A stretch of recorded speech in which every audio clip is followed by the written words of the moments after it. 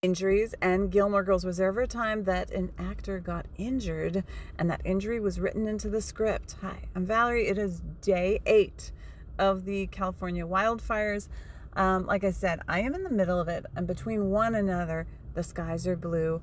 It is not windy right now. The winds are expected to return, and we are on a wind weather watch until Wednesday. I talked to 4 of my friends who have been displaced by the fires.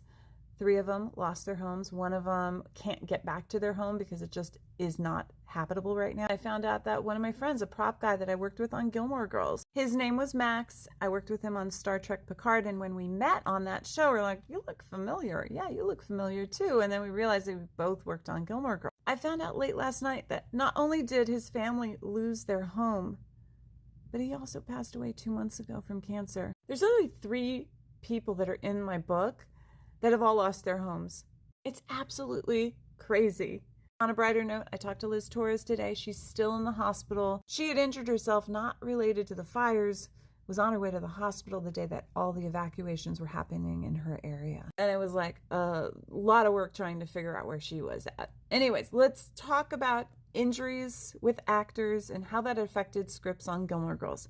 Now, as far as Logan goes, I don't know. If anyone has a season 6 episode 1 script that we could see, and there are definitely fans that have these things. If anyone has one and would like to contact me, I can step you through where to find that information. If you can send me a screenshot and we'll repost it. But for now, I'm going to go with it probably was just something that happened to him, because I looked at my personal notes and I didn't write anything down about him needing to have a finger splint. And usually if there's some kind of thing that we have to worry about that kind of borders props and costumes, I might write it down. Sometimes I do, sometimes I don't. So I'm going to go with probably Matt just kind of stubbed his finger and he needed to have it in a splint. But there were other injuries on the set that did get incorporated into the script, like Michael Winters. Michael Winters, who played Taylor on Gilmore Girls, had broken his foot.